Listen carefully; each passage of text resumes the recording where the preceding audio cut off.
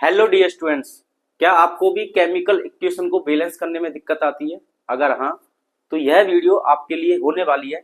इसमें हम बात करेंगे एक बेस्ट ट्रिक की, जिसमें हमें क्या करना है, केमिकल इक्वेशन को बैलेंस करना है।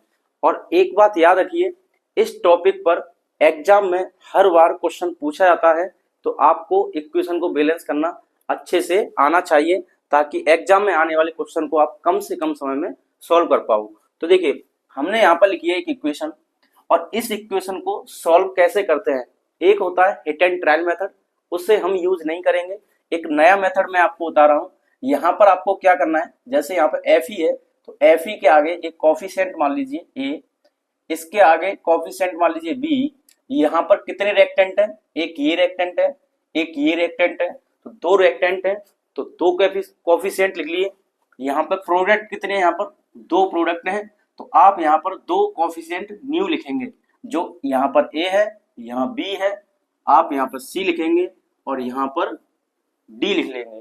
ठीक है ना। पहले आप क्या करना है, कॉफिशिएंट लिख लेंगे, और कॉफिशिएंट लिखने के बाद एलएचएस में और आरएचएस में दोनों को काउंट करेंगे और बैलेंस करेंगे। जैसे कि यहाँ पर बात करते हैं हम एफ ई की, ये रेक्टेंट में, यानी ये कौन सी साइड है आपकी, एल एच एस साइड है, ये कौन सी साइड है आपकी, आर एच एस साइड है। तो यहाँ पर एफ ई कितने हैं, एफ ई यहाँ पे 1 है। अब एफ ई यहाँ पे 1 है, तो 1 में किसका मल्टीप्लाई हो रहा है, यानी एफ ई में किसका मल्टीप्लाई हो रहा है, ए का। तो हम ए का मल्टीप्लाई करेंगे एफ ई 1 में, तो 1 का मल्टीप्लाई ए में करेंगे, तो यहाँ आ जाएगा ए, इक्वल लगाएंगे। और तो एफ ई है नहीं रेक्टेंट में। प्रोडक्ट में देखिए, यहाँ पर एफ ई है, तो बिल्कुल है। कितने एफ ई है यहाँ पर, 3। कितने एफ ई है यहाँ पर, 3। तो 3 का मल्टीप्लाई सी में करेंगे तो कितना हो जाएगा, 3c। तो इसको कर देंगे हम इक्वल। अब इक्वल को ही करेंगे, क्योंकि इधर भी एफ ई है और इधर भी एफ ई है, हमें ये बैलेंस करना है, इसलिए हम इसे इक्वल लगाकर लिख लेंगे। कोई और एफ ई है यहाँ पर नहीं है, तो इतना हो गया। इसके बाद आपको क्या करना है, दूसरा रेक्टेंट देखिए, यहाँ पर क्या लिखा है, H2। तो यहाँ पर H कितने हैं, 2 है, और B का मल्टीप्लाई हुआ है, तो 2 का B में मल्टीप्लाई करेंगे तो ये हो जाएगा आपका 2B। यहाँ पर और H है कहीं रेक्टेंट में, नहीं है। प्रोडक्ट में देखिए, यहाँ पर H है नहीं है, यहाँ H है बिल्कुल है। कितना H है यहाँ पर, 2। तो 2 का मल्टीप्लाई D में कर दीजिए। ये जो कॉफिशिएंट हमने लेट किया है, इसमें मल्टीप्लाई कर दीजिए। तो 2 का मल्टीप्लाई जब D में करेंगे तो कितना हो जाएगा, 2D। तो यहाँ लिख दीजिए 2D, और ये कितना था, 2B। तो ये इक्वल हो जाएंगे, 2 से 2 कैंसिल हो जाएगा। तो हम कह सकते हैं V और D की वैल्यू कैसी होगी, इक्वल हो जाएगी। नेक्स्ट देखिए, किसका बात करना है, एफ ई का काम खत्म हुआ, एच का काम खत्म हुआ, अब बात करनी है ओ की। तो इसमें रह गया ओ, तो यहाँ ओ कितना है, 1 है, 1 का मल्टीप्लाई बी में करेंगे तो यहाँ आ जाएगा वी। अब देखिए, यहाँ पर है ओ, तो यहाँ पर ओ है, कितना ओ है, 4। 4 का मल्टीप्लाई सी में करेंगे तो ये हो जाएगा आपका 4c। फिर से देखिए, ओ कितना है यहाँ पर, 4, मल्टीप्लाई किसका करना है, सी का, तो यहाँ कितना आ जाएगा, 4c। तो 4c लिख दिया, और कहीं ओ है नहीं है। अब आप इसे बैलेंस कीजिए। अब देखिए, बैलेंस करने के लिए क्या करना है, किसी भी एक कोफिशिएंट की वैल्यू आप 1 ले लीजिए। कितनी लेनी है आपको, 1 लेनी है। तो यहाँ पर मैं ले लेता हूँ किसी एक कोफिशिएंट को, यानी अगर मैं c को 1 लूँ, c की वैल्यू क्या रख दें हम, 1 लिख दें, तो देखिए इसको यहाँ पे शिफ्ट करेंगे तो a इक्वल टू कितना आ जाएगा, 3। ठीक है ना। a की वैल्यू क्या आ जाएगी, 1 लिख देंगे, 1 का मल्टीप्लाई 3 में करेंगे, यहाँ 3 आ जाएगा। तो a की वैल्यू कितनी आ गई, 3 आ गई। आगे देखिए, अब a की वैल्यू हमारे पास निकले, c की वैल्यू है हमारे पास, b की और d की और निकालनी है। तो देखिए, v की वैल्यू निकालेंगे, v equal to 4 multiply with c, और c की वैल्यू क्या है, यहाँ पर हमने सपोज किया है 1, तो यहाँ पर लिख देंगे 1, तो ये आ जाएगा v इक्वल टू 4। क्या आ जाएगा, v की वैल्यू 4 आ जाएगी।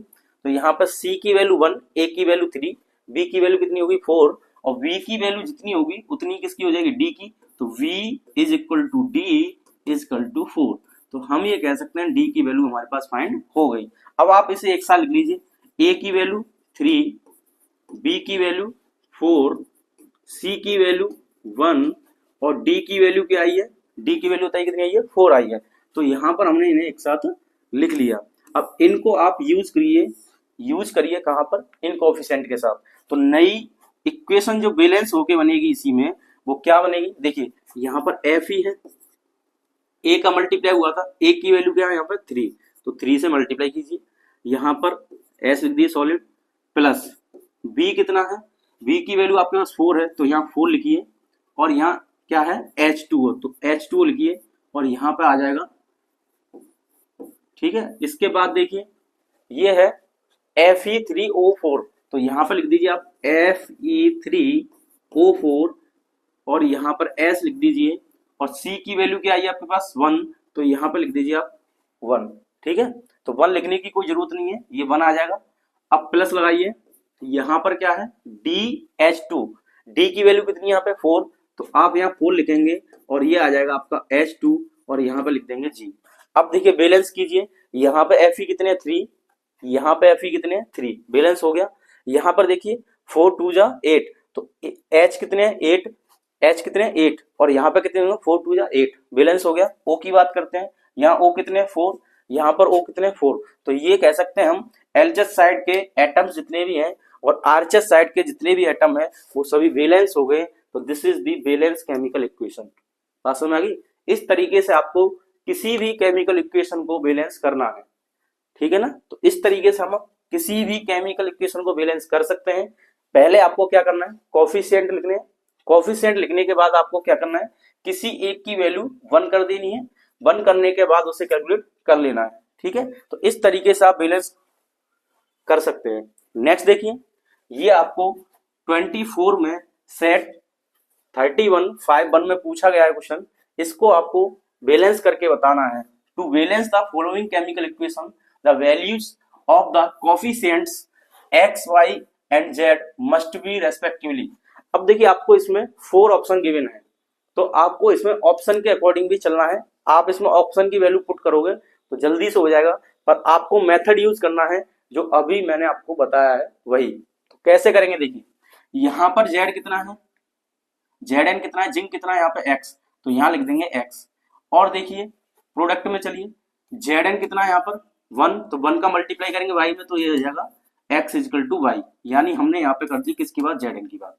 अब देखिए यहाँ पे बात करूंगा मैं n की, तो यहाँ n कितना है 2, क्योंकि ब्रैकेट के बाद 2 है, तो n कितना है 2, और 2 का मल्टीप्लाई x से करेंगे। देखिए n का वैल्यू कितना है यहाँ पर 2, मतलब n कितने 2, और 2 का मल्टीप्लाई x में कीजिए तो कितना हो जाएगा ये 2x, और कहीं n है नहीं है, राइट साइड देखिए यहाँ पर n है नहीं है, इस वाले टर्म में n है, तो n का मल्टीप्लाई क्या कर देंगे हम z के साथ, क्योंकि n यहाँ पर क्या है 1 है, z के साथ मल्टीप्लाई कीजिए तो ये आ गया आपका z, और n है कहीं पे नहीं है, ये लिख लिया।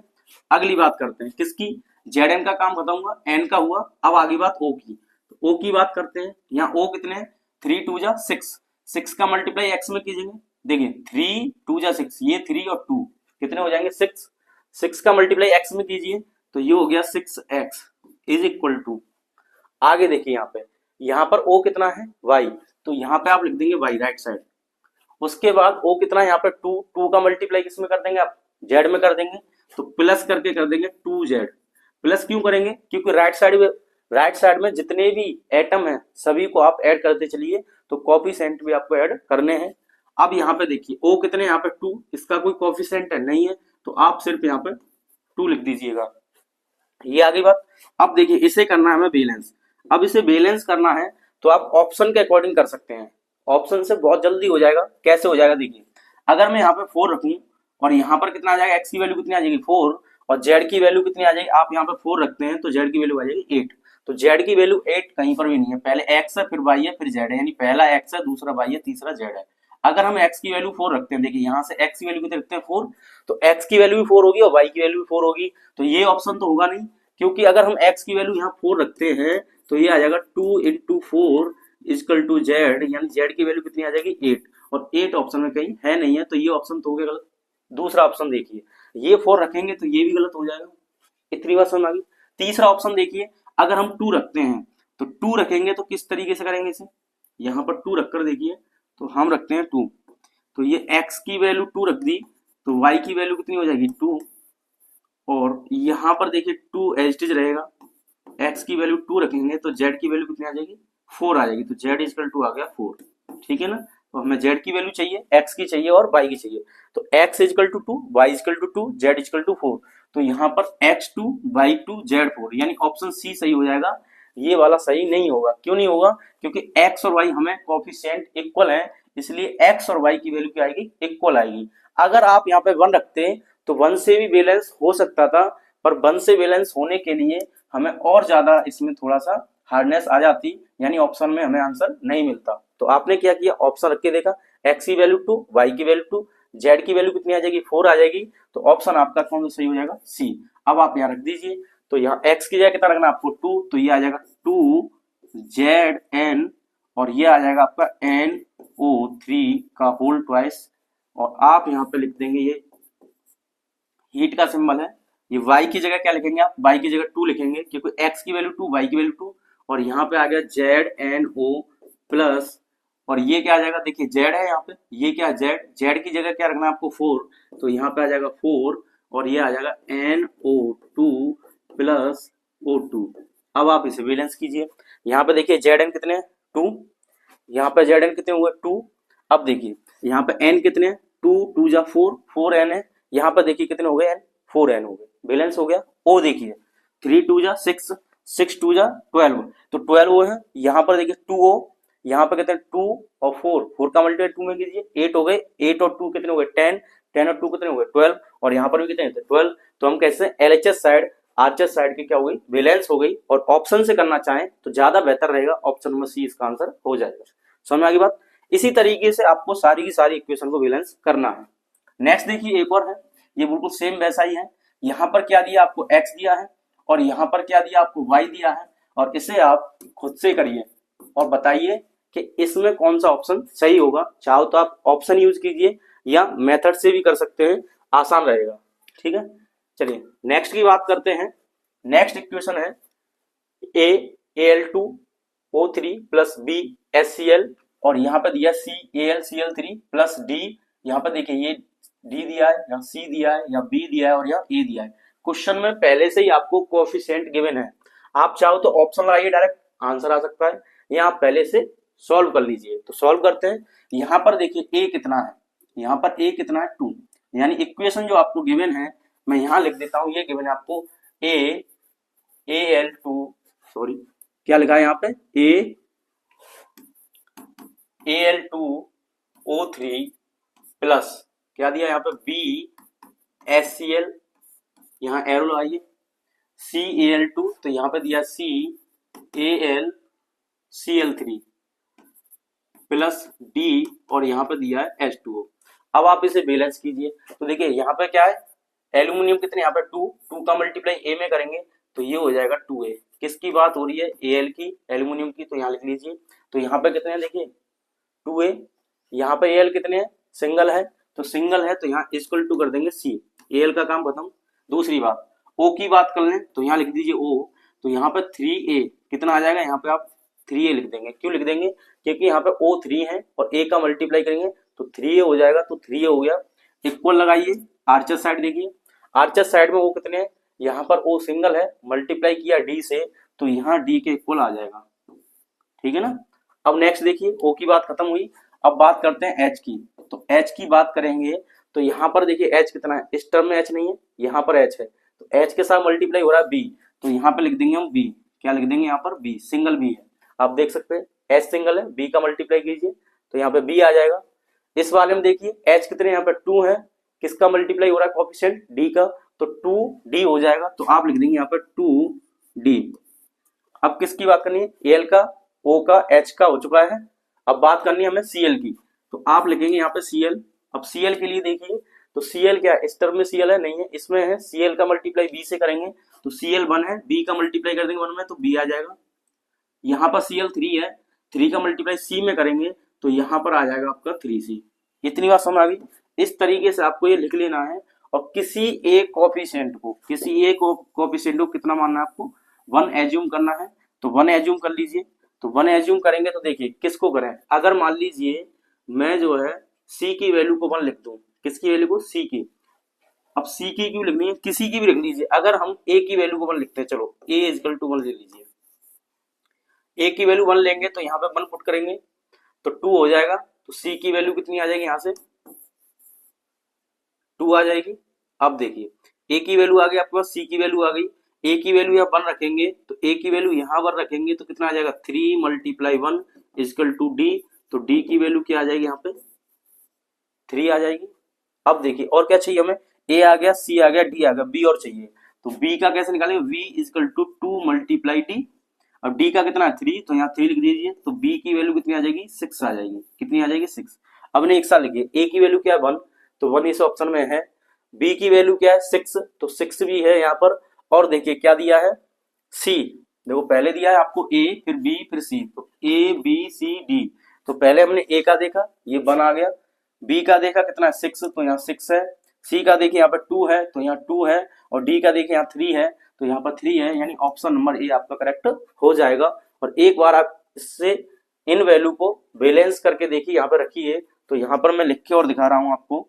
देखिए कितना लिखना है, मैं ये लिखना है आपको, ए की जगह कितना लिखना है 1, तो ये आ जाएगा आपका Al2O3 प्लस लगाएंगे। ए की जगह आपने 1 पुट कर दिया तो ऐसे लिखा जाएगा। यहाँ पर बी है, बी की वैल्यू 6 है, तो आप यहाँ पे 6 लिखेंगे और आ जाएगा आपका HCl, एरो लगाइए यहाँ पे।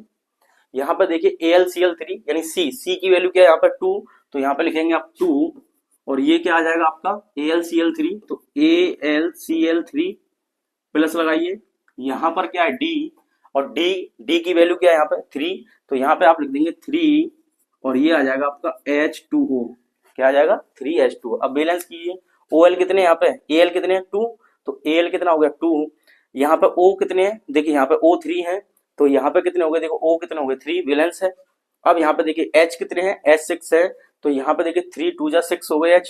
अब देखिए Cl कितने यहाँ पे, Cl यहाँ पे ये 6 है Cl, तो यहाँ पे कितने हो 3 2 जा 6, तो बैलेंस हो गया।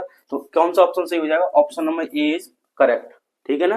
तो इस मेथड से आपको इन इक्वेशंस को आराम से बैलेंस करना है और आप कर पाएंगे। ठीक है ना। इसको देखिए, इसको कैसे बैलेंस करें, ये थोड़ा आपको टफ लग सकता है। तो यहाँ पे क्या करेंगे, कोएफिशिएंट ए लिखिए, यहाँ बी लिखिए, यहाँ सी लिखिए और यहाँ पर डी लिखिए।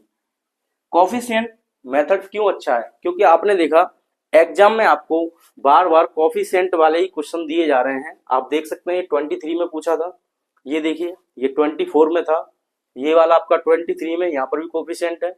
ये देखिए एक क्वेश्चन ये भी है, ये भी 24 में ही पूछा गया है। तो सभी कोएफिशिएंट वाले जब आपको क्वेश्चन पूछे जा रहे हैं एग्जाम में, तो आप भी इसी मेथड को अपनाइए, आसान रहेगा। अब देखिए इसे बैलेंस करते हैं। सबसे पहले बात करेंगे हम एन की। किसकी बात करेंगे, एन की। तो यहाँ पर एन क्या है 1 है, तो 1 का मल्टीप्लाई ए में करेंगे तो यहाँ आ जाएगा ए। और तो एन है नहीं है रेक्टेंट में।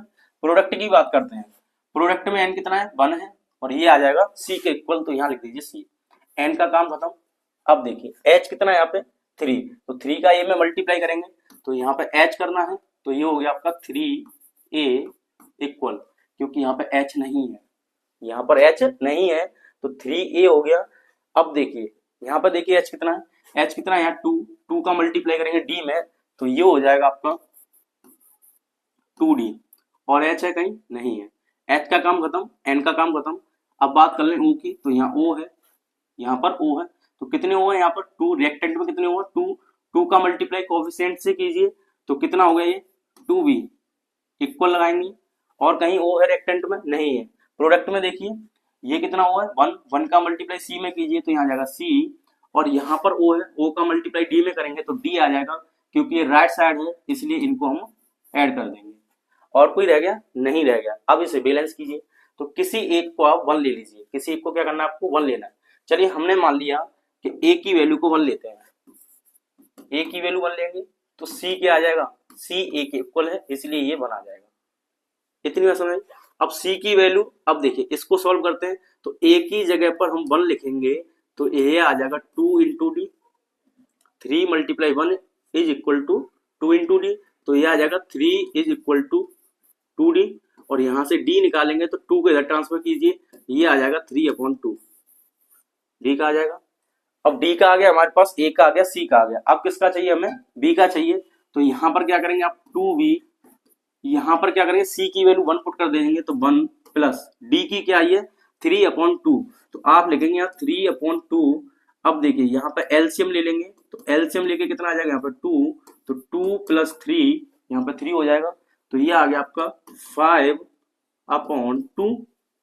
तो ये आ गया आपका 2b = 5/2। अब b को निकालेंगे तो 2 को इधर ट्रांसफर करेंगे तो ये आ जाएगा 5/2 और ये 2 इधर आएगा तो मल्टीप्लाई कर देंगे तो ये हो गया आपका 5/4। तो b की वैल्यू क्या आ गई, यहाँ लिख दीजिए, b की वैल्यू होगी 5/4। ये बात समझ में आ गई। इस तरीके से आप वैल्यू निकालेंगे। अब देखिए फ्रैक्शन में आ रही है, तो यहाँ पर एक चीज आपको याद रखनी है। क्या रखना है ये अभी मैं आपको बता रहा हूँ। तो पहले सबसे पहले आप यहाँ लिखिए, एक ही जगह क्या लिखना है, देखिए यहाँ पे कोफिशिएंट उठाइए, ये कोफिशिएंट मैं हटा देता हूँ। अब आप यहाँ पे लिखिए a का क्या है 1, यहाँ पे लिख दीजिए 1। c का क्या है 1, तो ये a था, यहाँ b था, यहाँ c था, तो यहाँ पे 1 लिख दीजिए, ठीक है ना। अब देखिए b का कितना है 5/4, तो यहाँ पे b था तो यहाँ लिख दीजिए 5/4। मैं फिर से लिख रहा हूँ, ये a यहाँ था, ये v था, ये c और ये क्या था यहाँ पे d। तो हमने क्या किया, a की वैल्यू पुट की 1, c की वैल्यू पुट की यहाँ पर 1 और b की वैल्यू क्या 5/4, तो यहाँ हमने कर दिया 5/4। अब क्या बचा आपके पास, a b c हो गया, d बचा, तो d के क्या है 3/2, तो d की जगह पर आपने लिख दिया 3/2, ठीक है ना। इस तरह की जब भी आपके पास फ्रैक्शन में वैल्यू आए 5/4 3/2, तो आपको क्या करना है, ये डिनोमिनेटर देखना है किसका ज्यादा है। तो यहाँ पर 2 है, यहाँ पर क्या है 4, तो जो ज्यादा होता है उसका मल्टीप्लाई कर दीजिए सभी में। तो यहाँ पर कितना है 4 का सभी में मल्टीप्लाई कीजिए, तो यहाँ पर जब 4 का मल्टीप्लाई करेंगे तो ये आ जाएगा 4, यहाँ पर भी 4 का मल्टीप्लाई कर दीजिए तो ये 4 का मल्टीप्लाई कर दीजिए, ठीक है। यहाँ पर भी 4 का मल्टीप्लाई कर दीजिए और यहाँ पर भी 4 का मल्टीप्लाई कर दीजिए। अब इसे देखिए कैसे करना है, तो ये कितना हो जाएगा 4NH3, कितना हो जाएगा ये 4NH3, तो मैं यहाँ नया लिख देता हूँ, ये देखिए 4NH3 हो जाएगा। ये रिएक्शन आ जाएगी आपकी 4NH3 प्लस, यहाँ जब 4 का मल्टीप्लाई करेंगे तो 4 से 4 कैंसिल हो जाएगा, ये बचेगा 5O2, तो यहाँ लिख देंगे आप 5O2। अब देखिए यहाँ पे 4 का मल्टीप्लाई 1 में करेंगे तो कितना आ जाएगा यहाँ पे 4 और ये आ जाएगा आपका NO प्लस लगाएंगे, यहाँ 4 से मल्टीप्लाई करेंगे तो 2 से ये 4 2 टाइम्स आएगा, 2 का 3 में मल्टीप्लाई करेंगे कितना आ जाएगा 6 और यहाँ पे आ जाएगा H2O। और आप देखिएगा ये इक्वेशन बैलेंस हो चुकी है, ठीक है ना। क्या हो चुकी है, बैलेंस हो चुकी है। चेक कर लीजिए, n कितना है यहाँ पर 4 है, n कितना है यहाँ पे 4 है, h कितना है 3 4 जा 12 या 4 3 जा 12, यहाँ पर 12 है। यहाँ पे देखिए 6 2 जा 12, ये भी 12 है, बैलेंस है। o की बात करते हैं, कितने हो गए यहाँ पे 10, तो यहाँ पे कितने हो गए देखिए 6 और ये 4 कितने हो गए 10, तो ये क्या है बैलेंस है, बैलेंस इक्वेशन। ये बात समझ आ गई। इस तरीके से याद रखना है और इसमें आपको विशेष याद रखना है कि जब भी फ्रैक्शन की वैल्यू आएंगी, किसी को हम सपोज करते हैं 1, तो कहीं ना कहीं आपकी फ्रैक्शन आ जाएगी और जब भी फ्रैक्शन आए तो उसमें सबसे ज्यादा न्यूमरेटर देखना, सॉरी डिनोमिनेटर देखना है, उस डिनोमिनेटर का सभी में क्या करना है मल्टीप्लाई करना है और सभी में मल्टीप्लाई करेंगे तो इस तरीके से आप उसे सॉल्व कर कर लिख सकते हैं और इक्वेशन जो आपको बैलेंस मिल जाएगी, ठीक है ना। इस तरीके से आप कर सकते हैं, तो नोट कर लीजिए, नोट कर लिया। चलिए नेक्स्ट देखते हैं। ये आपको 2023 में सेट 311 में आपसे पूछा गया है। ये इक्वेशन है MnO2 plus X HCl MnCl2 plus Y H2O plus Z Cl2 in order to balance the above chemical equation the values of X, Y and Z respectively। तो देखिए फिर से मैंने आपको बताया, कोशिश कीजिए कि आप ऑप्शन को ही डायरेक्ट यहाँ पे यूज करें और ऑप्शन को यूज करने के बाद देखें कि बैलेंस हो रहा है केमिकल इक्वेशन या नहीं हो रहा है। अगर फर्स्ट से नहीं हो रहा तो सेकंड यूज कीजिए, सेकंड नहीं थर्ड, थर्ड नहीं फोर्थ, तो कोई ना कोई चारों में से एक ऑप्शन इस इक्वेशन को बैलेंस कर ही देगा। तो आपको ये खुद से करना है और बताइए कमेंट करके इसका आंसर क्या आएगा। और ये कुछ इक्वेशन है जो कि एनसीईआरटी की एक्सरसाइज में शायद क्वेश्चन नंबर 6 पर ये दिए हैं आपको, इनको आप खुद से बैलेंस कीजिए और चेक कीजिए कि आप इक्वेशंस को बैलेंस कर पा रहे हैं या नहीं। तो इस वीडियो में इतना ही, मिलते हैं नेक्स्ट में, जब तक के लिए जय हिंद।